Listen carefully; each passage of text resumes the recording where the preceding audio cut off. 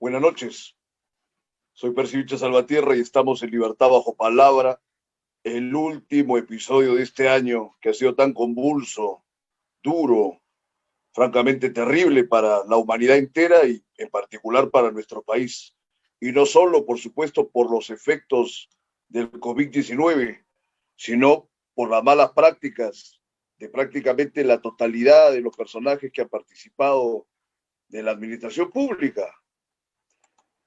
En ese sentido, tengo que hacer una serie de reflexiones sobre este año que nos ha desnudado y nos ha evidenciado todas nuestras falencias, todas las mentiras que se han establecido en el curso de los últimos años.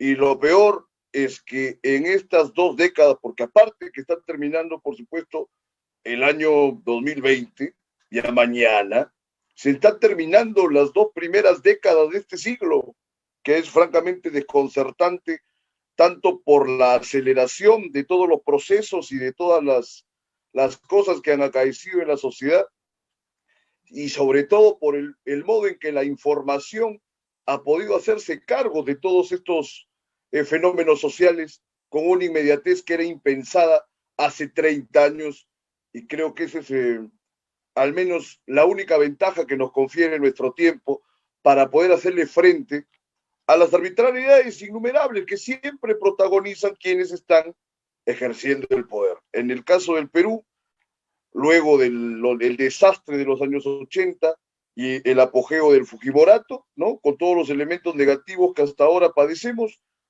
no hemos logrado constituirnos como una sociedad orgánica que proporcione, por ejemplo, una oferta electoral de calidad.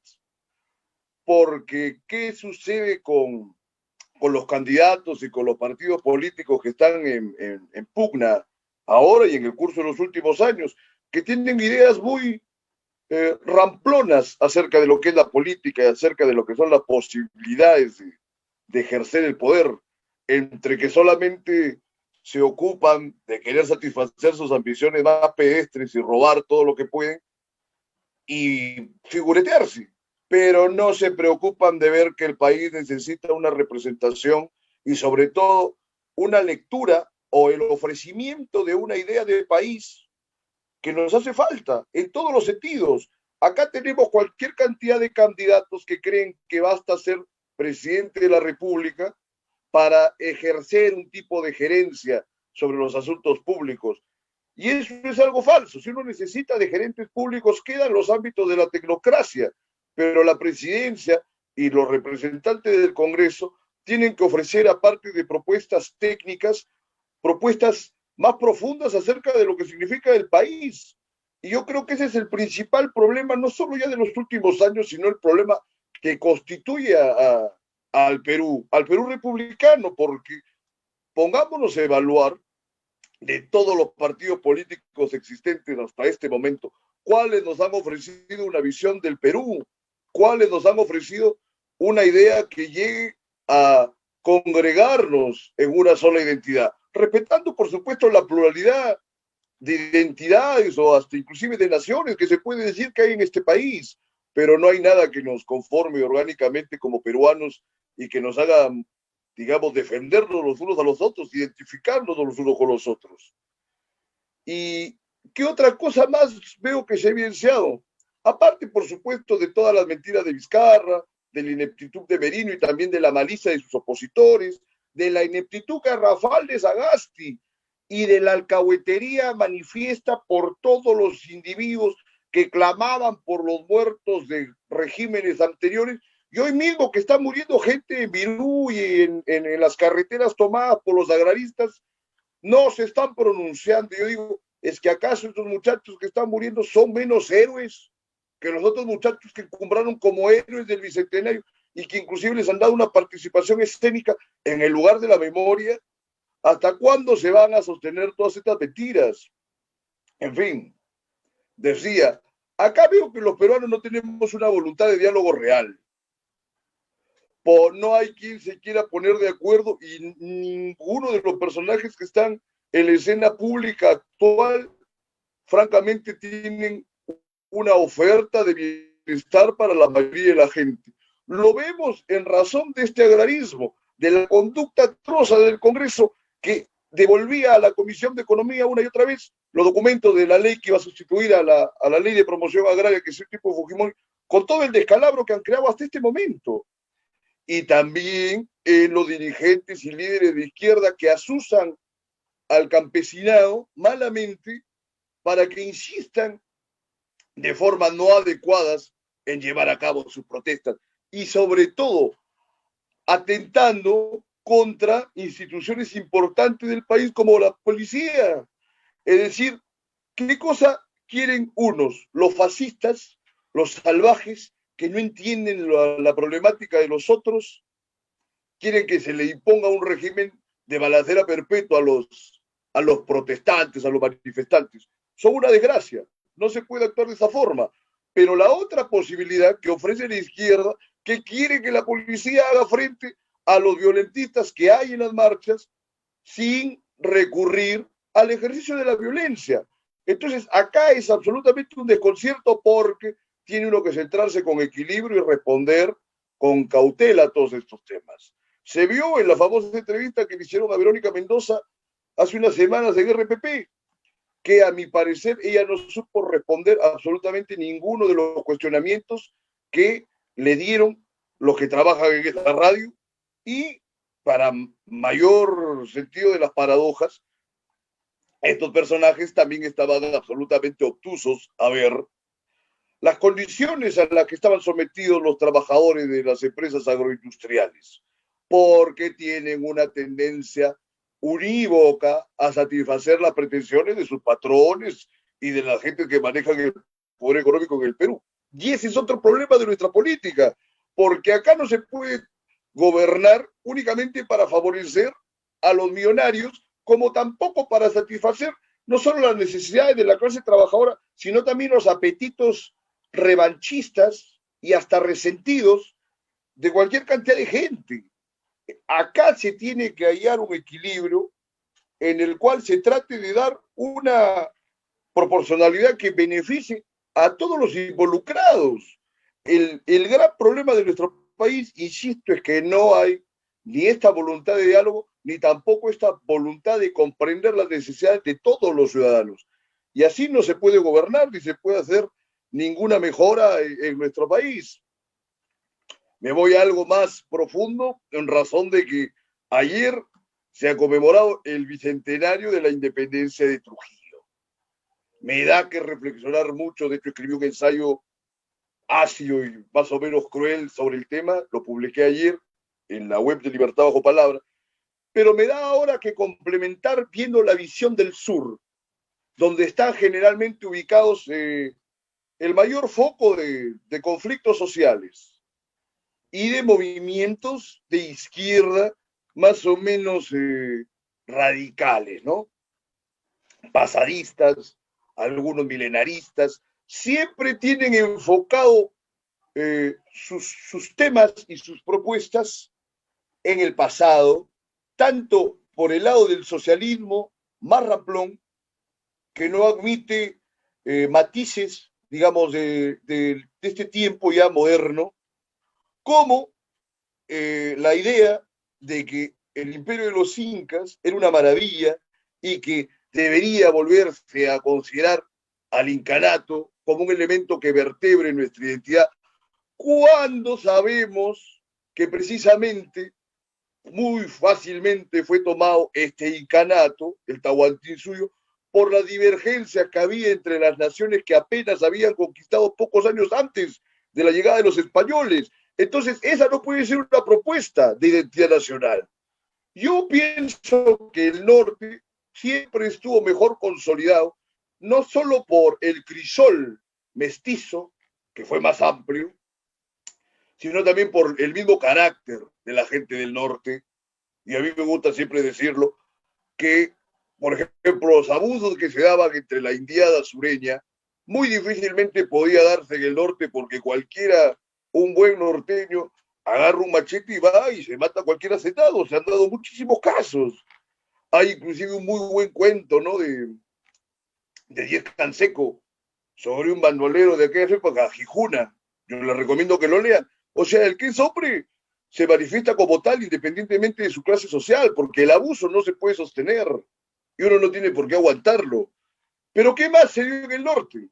La industrialización del agro.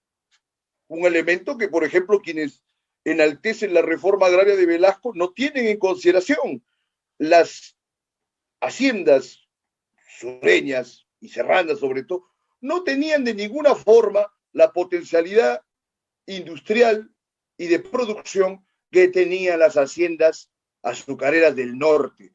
Esta industrialización dio lugar a una clase obrera más plena, menos insatisfecha y con varios otros elementos más positivos respecto de lo que era el sur.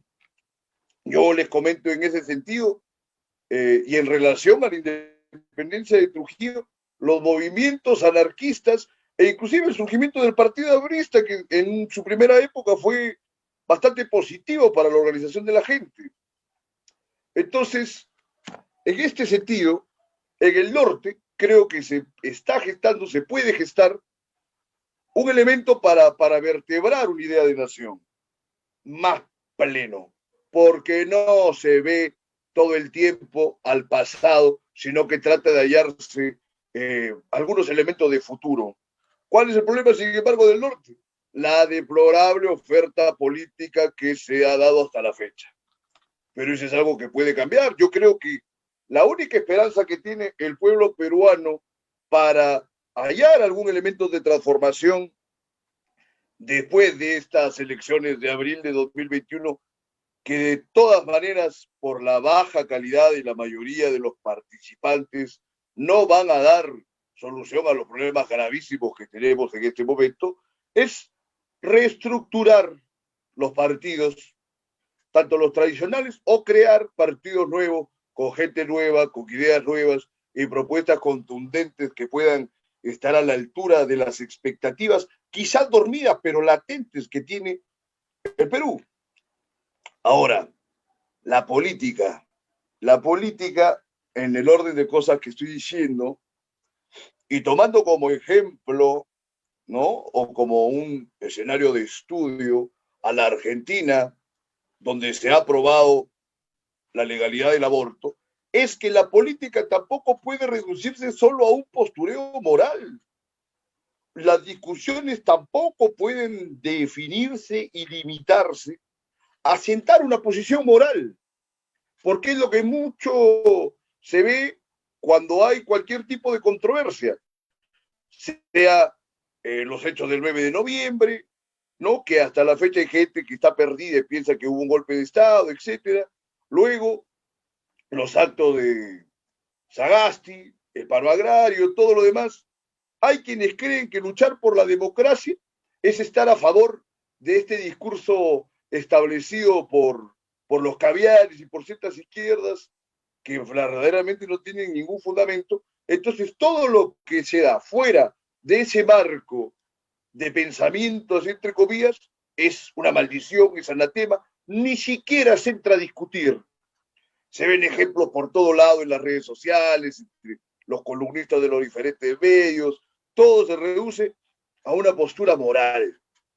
La política no puede limitarse a una postura moral y tampoco a un mero ejercicio gerencial, como yo estaba comentando hace rato.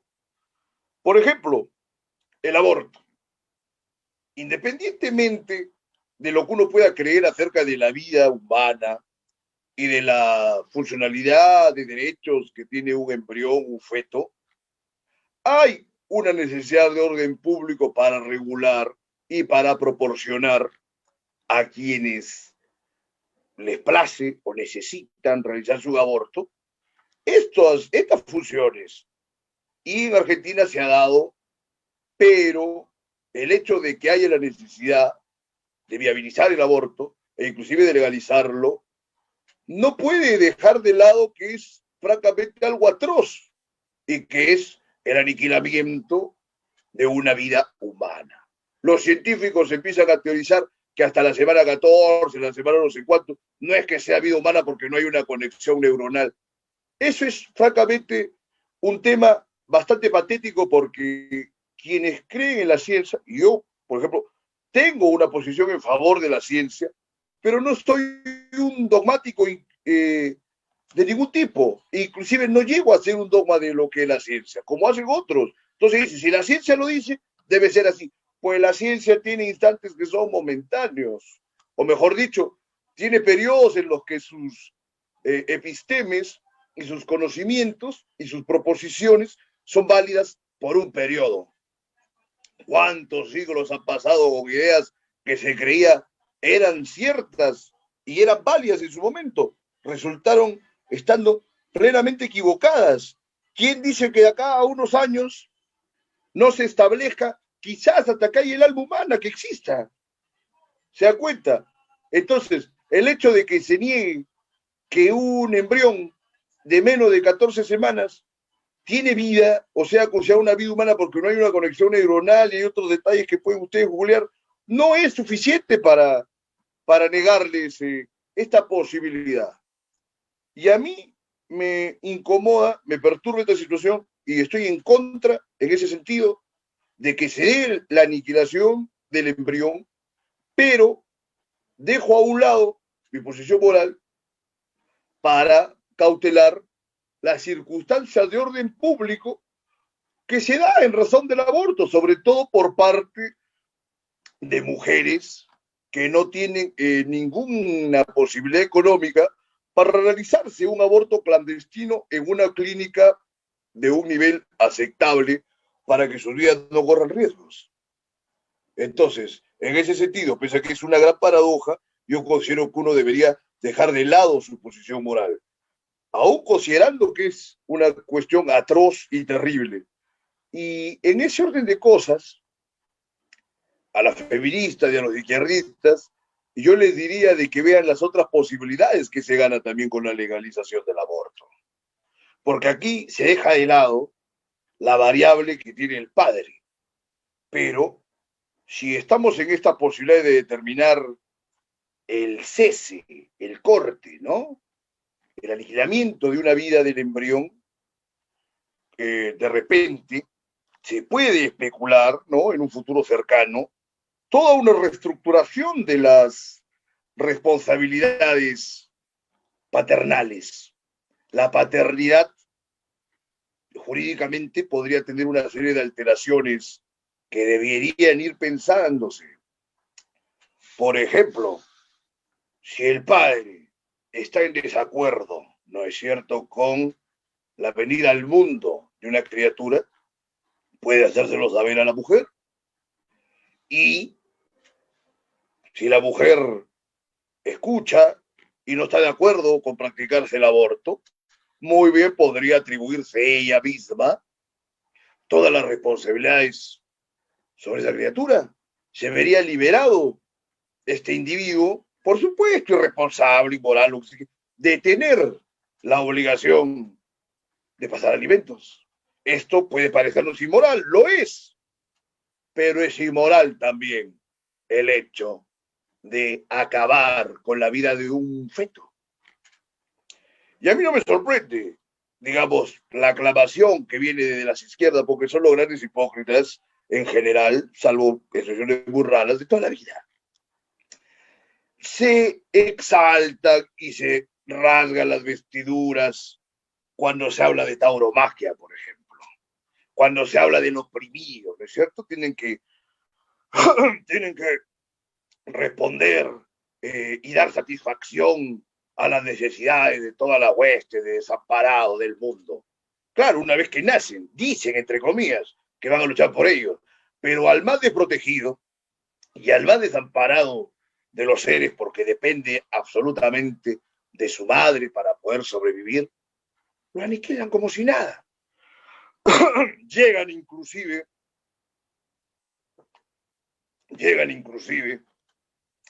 a exponer ideas descabelladas y francamente que rayan en la estupidez, que dice, por ejemplo, que el embrión es poco menos que un apéndice de la madre. Entonces sacárselo del cuerpo es como si nada. Digo, bueno, si así, entonces como se pueden ir a mutilar y se arrancan una pierna, un brazo, como quien se hace un tatuaje, ¿no? Fíjense los extremos a los que llegan esos fanatismos, pero Indudablemente que eso no es así. Quizás esta exposición les haya parecido paradójica. Es paradójica, porque es complejo el tema.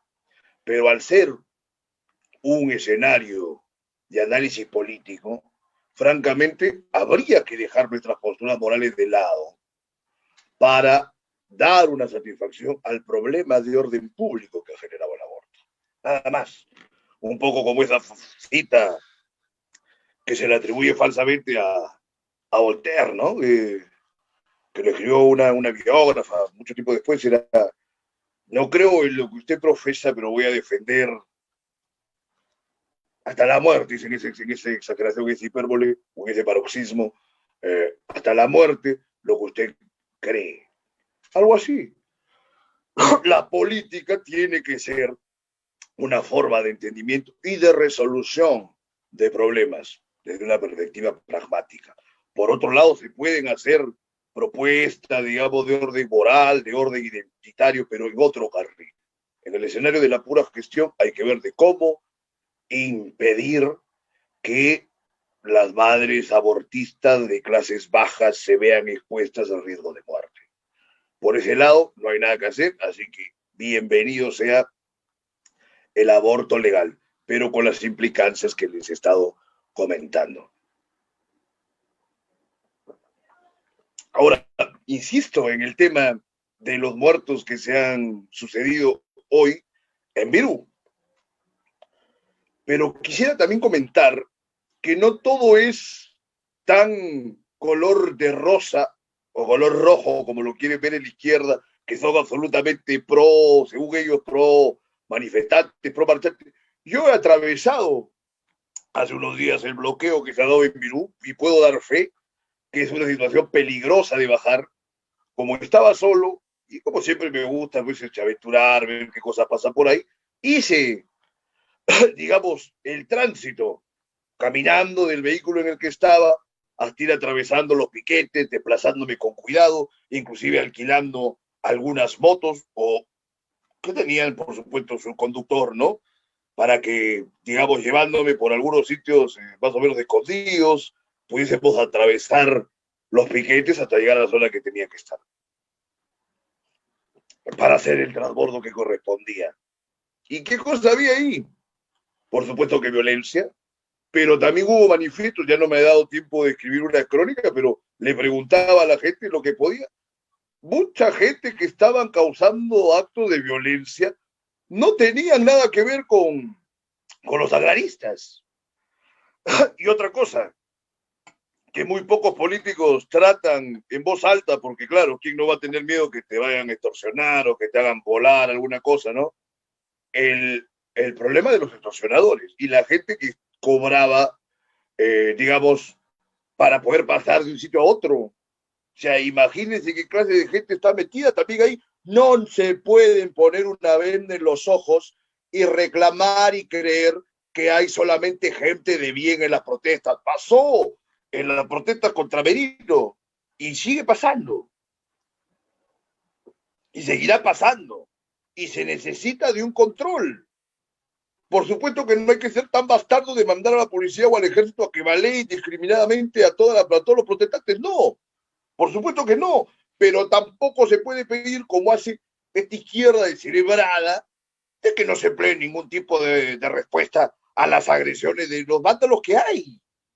O sea, ¿cómo es posible que se exponga a la policía también de esta manera y a los ciudadanos de bien que se ven afectados por todos estos temas? Muchos elementos para problematizar de aquí en adelante. Los políticos, sobre todo, y también la ciudadanía.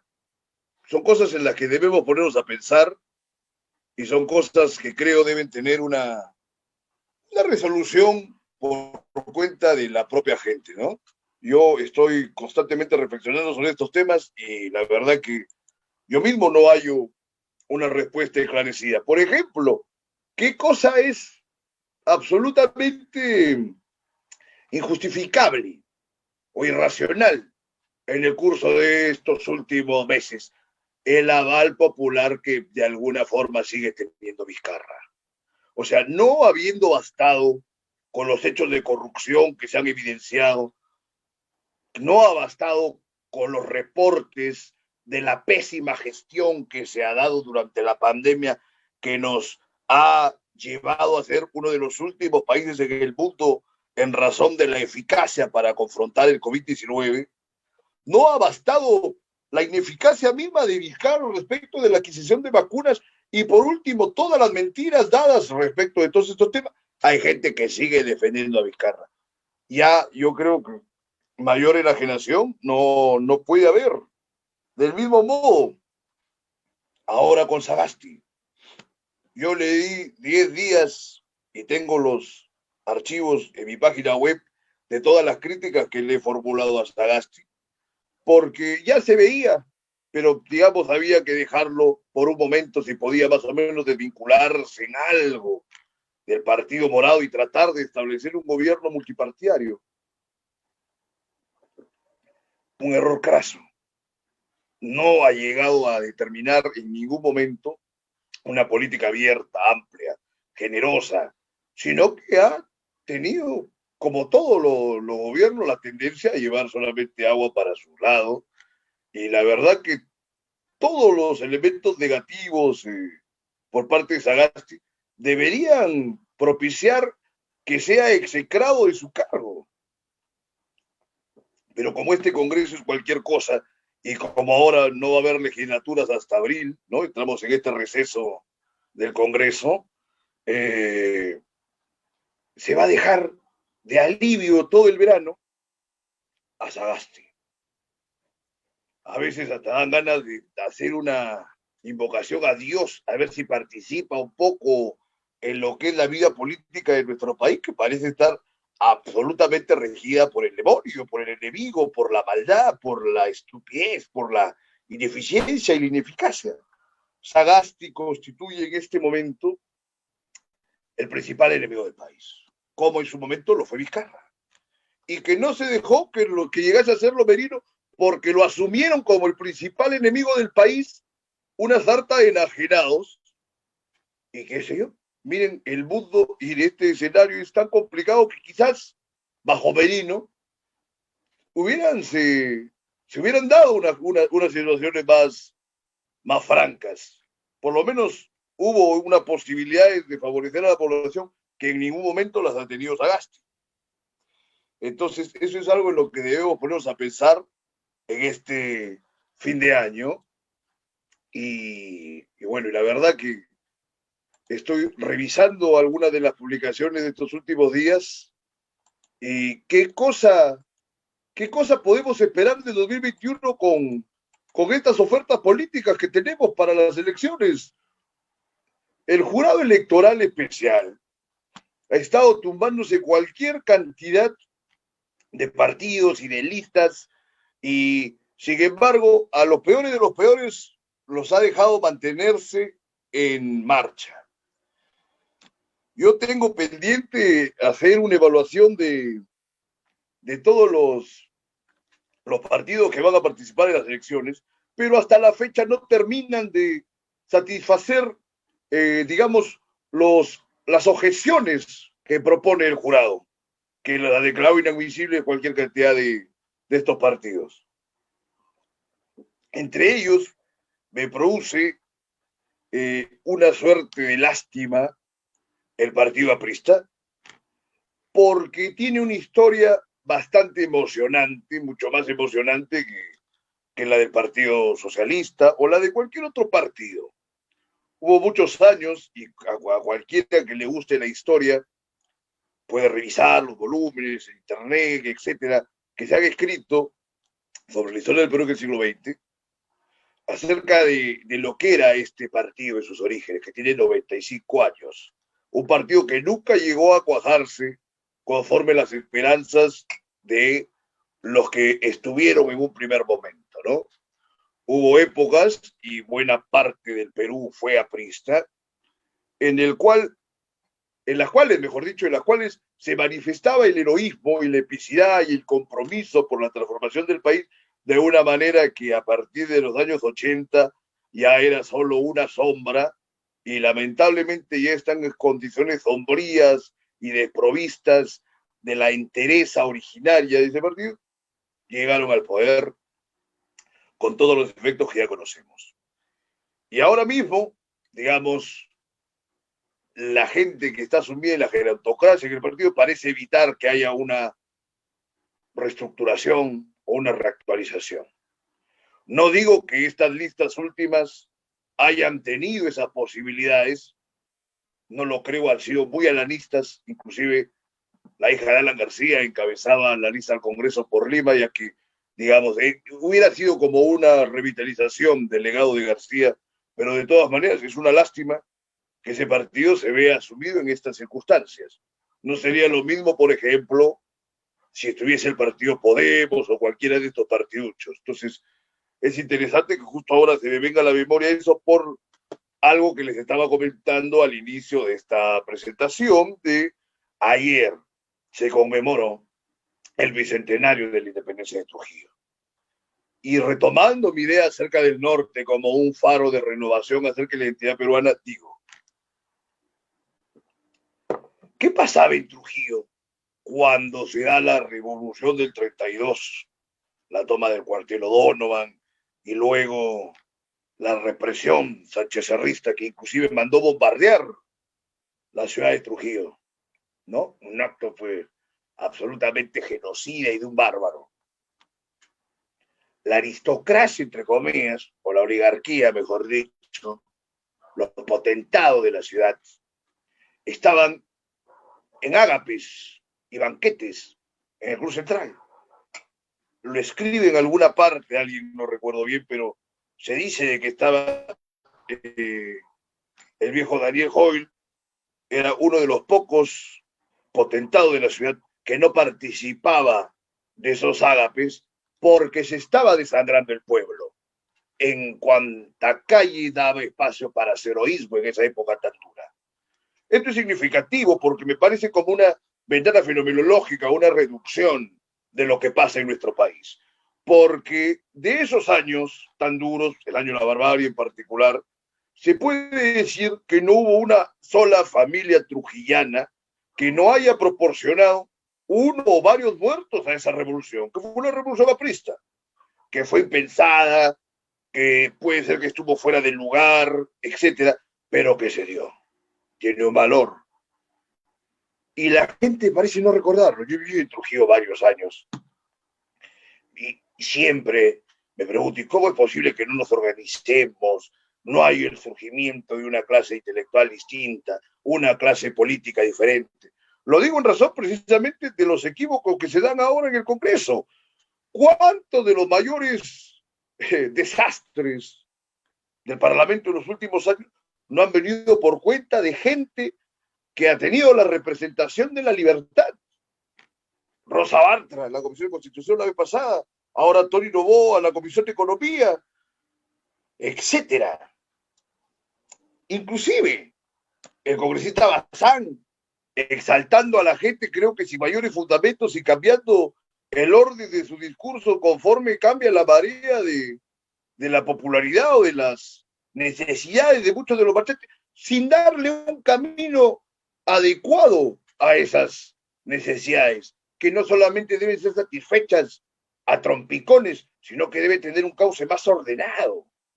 Yo pienso que es un desastre y que hay que tomar en consideración qué cosas se pueden hacer en el norte, porque de seguir tal cual está esta estructura social, no se va a llegar a ningún buen puerto, ¿no?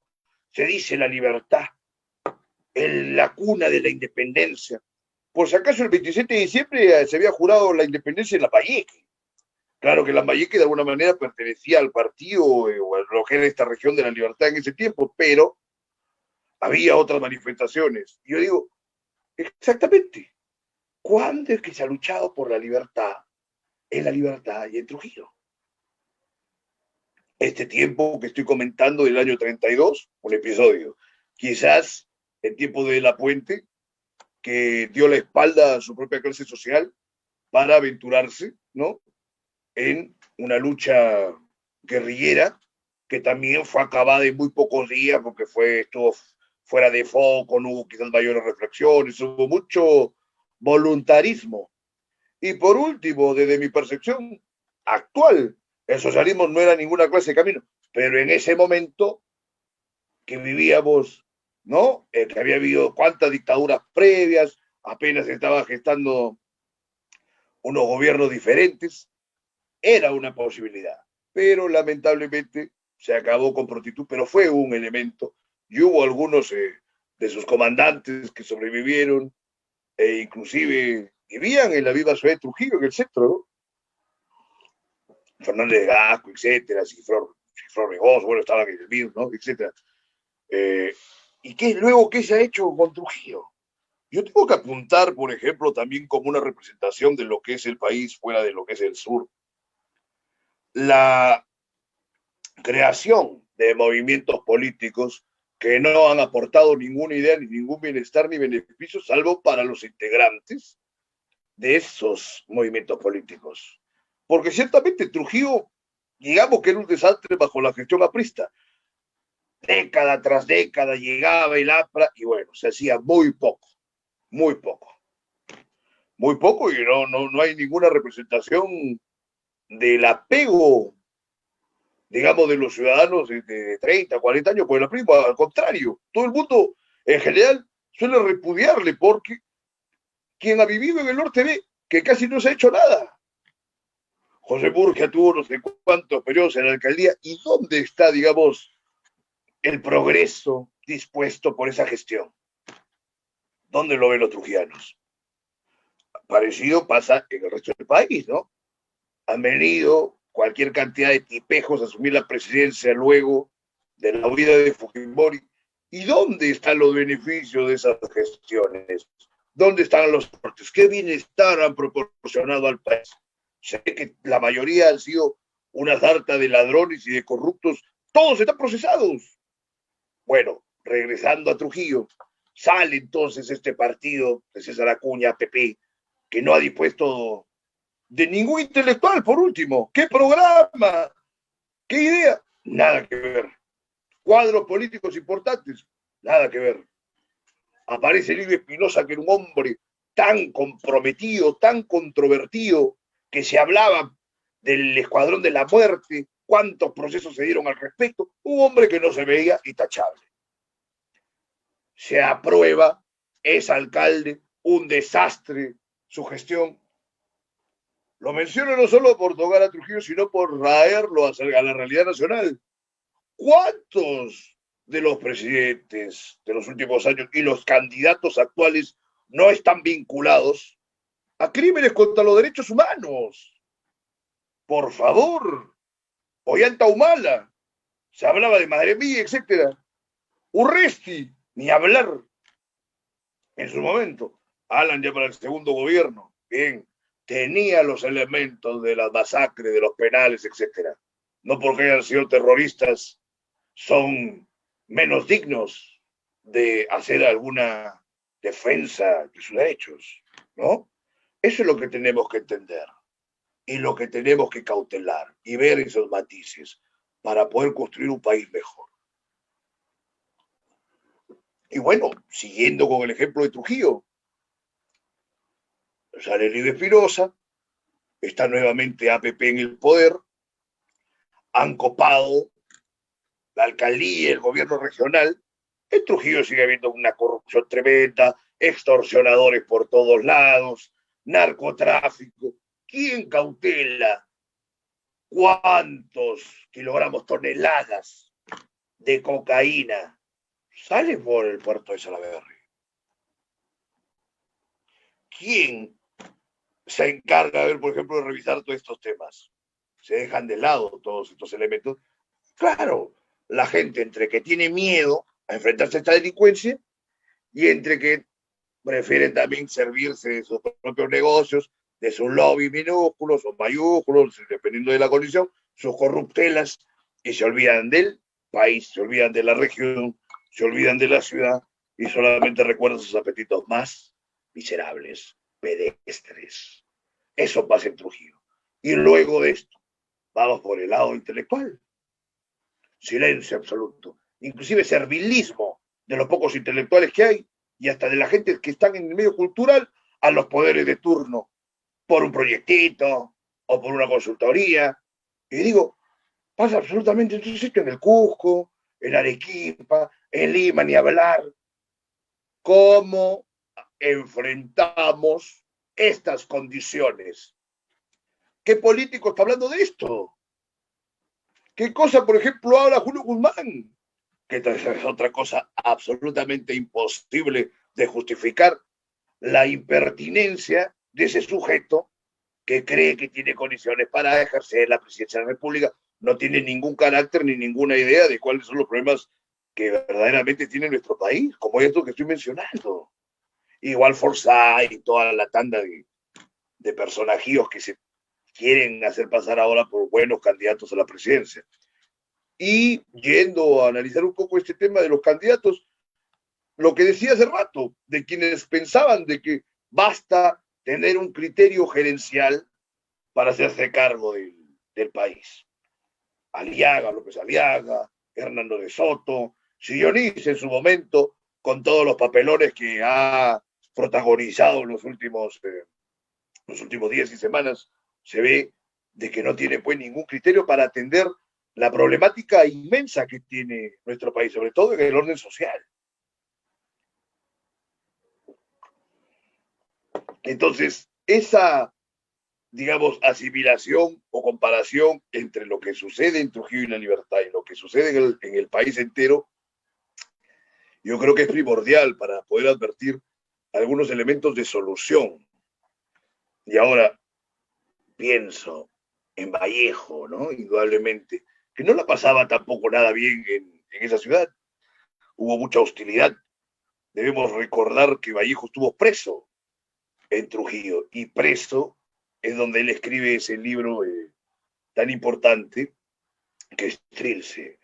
Pero a Vallejo lo venían persiguiendo por unos hechos hasta ahora no tan claros que sucedieron en Santiago de Chuco, como el incendio de la casa de un juez Santa María, y que hasta la fecha no se sabe si lo hizo o no lo hizo. Hay cada quien tiene su propia visión del asunto.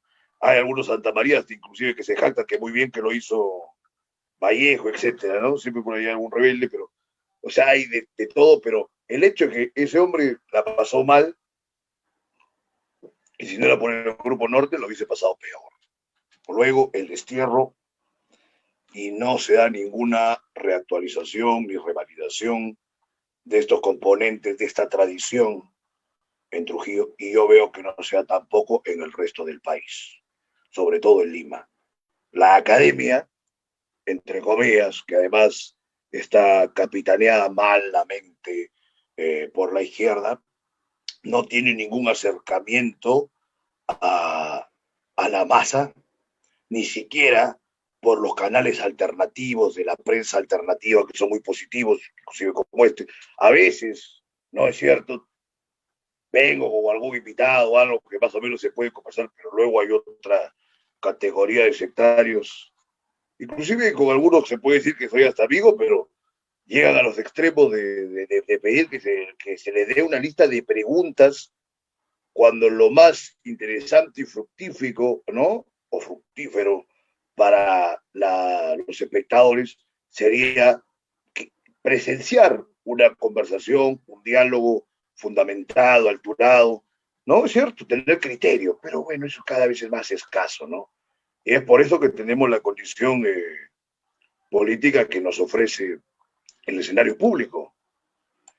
Así que, ¿qué nos corresponde pensar en este año que ha sido tan duro? Que hemos pasado por momentos graves, sí, y que como dicen los optimistas de toda la vida, el Perú siempre ha pasado por momentos graves y ha sabido hacerle frente. Yo, por ejemplo, ahí estoy parcialmente de acuerdo porque ese tipo de discurso tan superficial esconde un voluntarismo que no conduce a una solución cabal de los problemas que tenemos.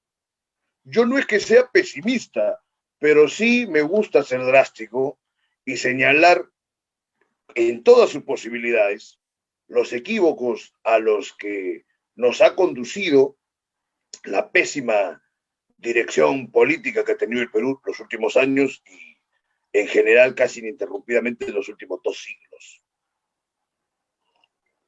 Mi invocación y mi exhortación es a que la misma gente pueda informarse a través del Internet, de las redes sociales, con mucho cuidado, de las cosas que están sucediendo, que lleguen a tener una reflexión propia, que yo sé que no la brinda, digamos, la instrucción pública, a veces ni la instrucción privada, pero que debe darse. Yo creo que el principal elemento de transformación que puede esperar el Perú tiene que provenir de la misma gente que despierte y deje, por ejemplo, de concederle su voto a cualquier pobre diablo que quiere amplificar el alcance de su currículum o terminar de satisfacer sus ambiciones y de culminar sus lobbies. Yo me pregunto, ¿por qué un ciudadano cualquiera tiene que caer en este juego manipulatorio y a veces inclusive con toda la conciencia de que están obrando para mal y les otorga el voto? Yo he teorizado y expuesto en otros programas y en artículos y ensayos que una medida pertinente para mostrar el rechazo a toda esta clase política sería viciar los votos y conducir a que haya otro proceso luego de la jornada de abril. Pero por supuesto eso es de alguna forma un exceso. Es justo, es necesario, pero con un personajido como Sagasti en el poder no se le puede dar ni un solo día más en el cargo. Inclusive, ahora mismo, si la gente fuera más consciente, deberían estar reclamando que se largue por los elementos de los fallecimientos de los jóvenes durante la protesta del paro agrario y por toda la serie de errores que ha cometido en el desenvolvimiento de su puesto como presidente de la República. Eso no se da, pero debería darse. Ahora, insistiendo en este orden paradojal que estoy exponiendo, como esto no se puede dar, hay que estar muy atentos e ir descartando gente durante el curso de este verano hasta las elecciones de abril. Y terminar de constituir a la sociedad civil para que se pueda ejercer las presiones correspondientes a quienes hagan uso de la presidencia y del próximo parlamento, para que sepan que tienen que de alguna manera servir a las necesidades populares y no a sus apetitos tóxicos y mediocres. Yo creo que ese sería el primer elemento teórico de esperanza que podríamos tener, pero no es una esperanza vana, cifrada en estos discursillos de que el Perú siempre ha pasado por crisis y ha sabido hacerle frente. No, porque sabe Dios y el diablo cómo es que la gente ha sobrevivido a todos estos episodios ya a estas alturas del siglo XXI y con la carga y la experiencia de 2 siglos constituidos mal que bien, ¿no? Como un Estado democrático y soberano, no estamos para estar en ese tipo de situaciones, sino que tenemos que hacernos cargo de nuestro propio país. Como esa famosa cita que decía Kennedy, ¿no? Bueno, la dijo Kennedy, se le escribió a algunos de sus asesores. No preguntes qué tanto puede hacer el país por ti. Pregúntate qué puedes hacer tú por tu país. Esa es la mentalidad que debe tener un patriota, un ciudadano que quiere mejorar y hacer que mejore también el entorno. Porque esta es una idea de que haya conciencia social y solidaridad, pero lejos del marco forzado que interpone un socialista. Igual hay que tratar de conversar con toda la gente que sea posible, pero siempre atendiendo a estas posibilidades, a estos matices. Bueno, veo que prácticamente van a ser las 10, entonces quiero yo agradecer a todos los amigos que han apoyado la realización de este programa, que yo mismo, sin ninguna jactancia, considero singular dentro del escenario que hay ahora, y cómo no, agradecerle a Jorge Ceballos, el productor de Radio Miraflores Televisión, por la oportunidad y por toda su complacencia para poder realizar este programa, que es costoso y que quedarán todos los archivos y todos los análisis, testimonios, problematizaciones que se han dado en momentos muy precisos de las crisis que ha estado padeciendo nuestro país este último tiempo, y con la seguridad que me ha confirmado con la continuación de este proyecto periodístico, cultural y político, el curso del siguiente año, que como ya he advertido va a ser un año tremendo. Quizás no sea tan duro, esperemos, y a veces hay que tener este tipo de exaltación a la esperanza, que ya no haya una cosa tan grave como la del COVID-19 que ha maltratado severamente a toda la humanidad, pero va a ser durísimo porque va a disponer de una proyección de 5 años a partir de julio de 2021, y vamos a ver cómo resolver todos los inmensos problemas que tiene nuestro país. Asimismo, agradecer a mi familia y a todo el resto de amigos, a Manuel Escorza Joyle, como no, también por su apoyo en un primer momento. Así que eso es todo por hoy. Nos vemos en el próximo episodio de Libertad Bajo Palabra, ya en el año 2021. Deseo que tengan el cumplimiento de sus mayores y mejores deseos, siempre y cuando no atenten contra la dignidad de terceros, ¿no? Así que tengan un próspero y feliz año nuevo, y ya nos vemos en el 2021. Hasta la vista.